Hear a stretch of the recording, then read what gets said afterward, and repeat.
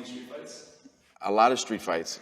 I don't even know how many. You know, I'm not bragging or happy, but I definitely got into some scuffles. I tell these guys all the time, they kind of bust my balls. In Louisiana and Mississippi and the places I was fighting, I was 18 years old fighting 35-year-old men.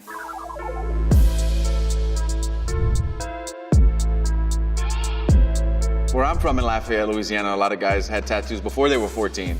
And all of them were blotchy and horribly done by tattoo guns. They were made at the house, you know, from guys who've learned the art to making bad decisions.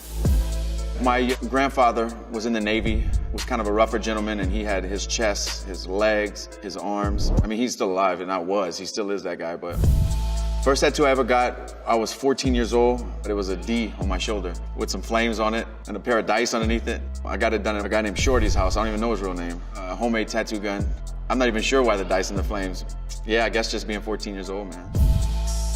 There came a point where I just kept getting these street tattoos done over the course of a few years, and my mom was like, hey, look, just stop doing it. I'll sign consent for you. Let's go to a real tattoo shop. If you're gonna keep doing this to your body, let's just do it legally and do it with a real artist and where you won't get a blood disease or something. On my right hand, I have Inspire, and on my left hand, I have Faith. I have a fleur-de-lis on my left hand. It's just a French symbol for royalty and stuff, and I'm French. The French came from Canada to Louisiana. Even the flag from where I'm from, the Lafayette, Louisiana Acadian flag, we have a fleur-de-lis on it. Obviously, the Saints helmets. The fleur-de-lis were on crowns a lot, on king's crowns and stuff like that. I have a crown on my right hand. I don't know why, just because it's cool. Underneath the crown, I have my grandmother's name, Glenda. Underneath the fleur-de-lis on the left side, I have my wife's name. And then the top of my arm, I have my mother's name. I was raised by my mother and my grandmother.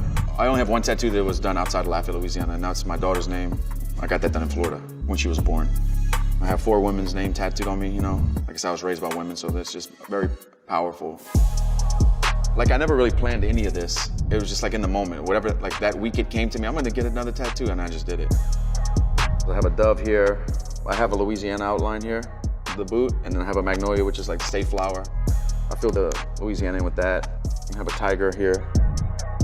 The day me and my wife got married, she has on the back of her neck.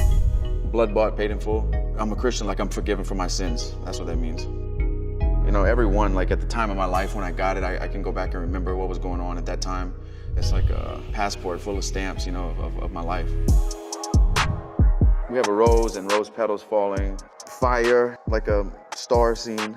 Jesus here, a phoenix here, just from overcoming things and rising up. My bicep, a Japanese war mask.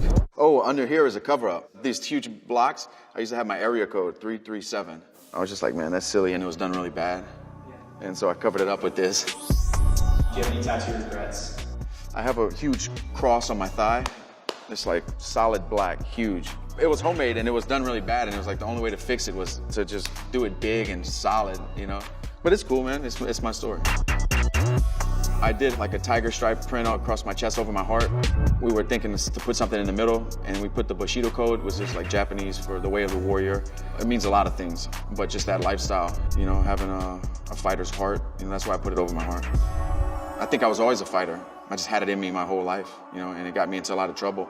But as I got older, it became something that I really fell in love with, getting better and life lessons and camaraderie. You know, I just really enjoy this now. I love this life. I didn't even choose it, it kind of just happened.